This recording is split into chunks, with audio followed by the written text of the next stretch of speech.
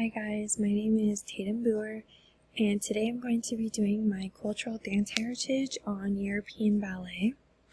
The reason why I have chose to do European ballet is because part of my cultural heritage is I'm European, and I also have done ballet through my whole dancing career.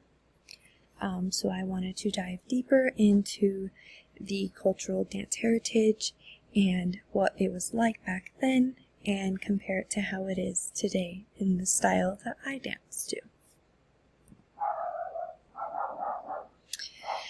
So first I want to start off with what is ballet. Ballet is a theatrical dance in which a formal dance technique is combined with artistic elements such as music, costumes, and a stage scenery.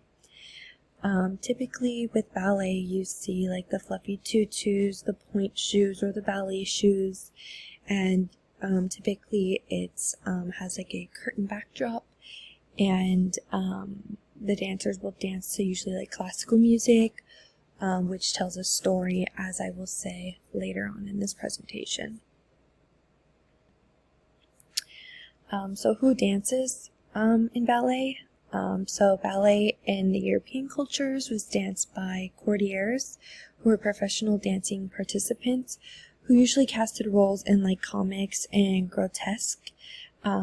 So these type of people like did acting, or they were in comic books, and these are the people that would dance the ballet dances. And then up until 1681, all the dances were performed by males. Until the first female dancer, which was Mille de la Fonte, which she danced in The Triumph of Love, which was composed of music by Lully. And Lully was the person who created all the dances for the ballet and the music up until he stopped. Which brings me to my next slide. What does it look like or sound like?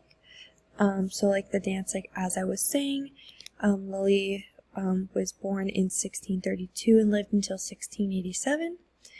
He was a violinist who composed of many ballet dances up until 1672, and he then wanted to perform operas. Some attire, like I was saying, for the ballet is the costumes were cumbersome with decoration. They were back then long skirts and high heels. And then once Marie Camargo introduced the entrechart, which was the elevation for women in ballet, they shortened the shorts, like the skirts, they wore tights, and this is when the first ballet slippers were introduced.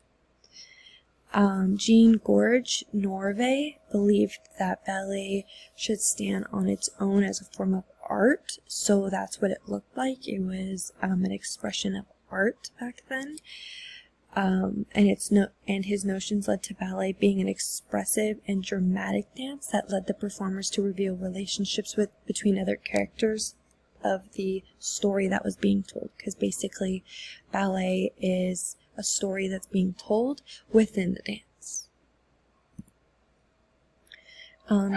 This dance is performed in lavish events, especially like wedding celebrations, festivals, and the courts in France, which I thought was very interesting, because when you think of courts nowadays, you think of a courthouse with a judge, but back then it was like their place to go to perform dances such as ballet.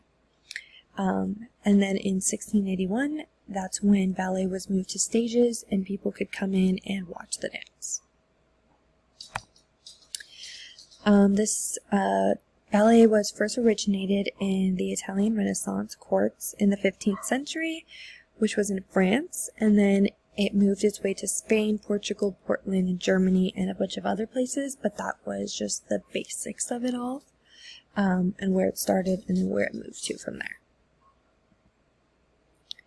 Ballet was a form of art, so why it was done was because that it was portrayed in poetry that would tell a story.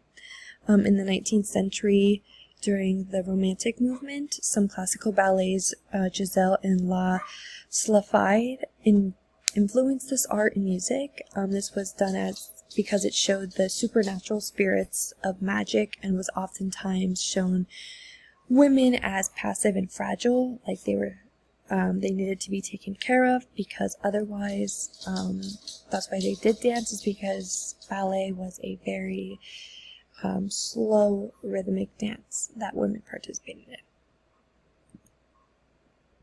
How does it reflect its culture? Ballet was originated in France and was then influenced by European cultures, who then influenced the American ballet in the 19th century. One quote I found was, there was French teachers, but there was a strong influence for strong English theater. And then also ballet reflected the art and the music as mentioned throughout the Italian Renaissance. Some additional information I wanted to add was just like the 5 positions of ballet. So this was the positions that the dancers would go through as they were dancing. So first position was heels together, toes pointed outward to the side. Second position was legs are moved apart, hip width apart, toes pointed outward to the side. Third position, feet pointed outwards, one foot placed in front of the other while front heel touching the back foot's instep. And then there was 2 parts of the fourth position. So there was open, which was feet pointed outwards with legs in the third position but spread apart, and crossed, which was feet pointed outwards, legs spread apart with one foot placed in front of the other, and the foot placed opposite of the toes of the back foot. And then last but not least, the fifth position, which was the feet pointed outwards, legs crossed, and feet touching with the heel of one foot placed besides the toes of the other. And then this was my Works Cited page, where I'd find all my research on the cultural heritage of ballet in the European cultures. Again, this was very important to me because I have European in me and I have done dance, so it was very interesting for me to go through all of this information and expand my knowledge on where it all came from.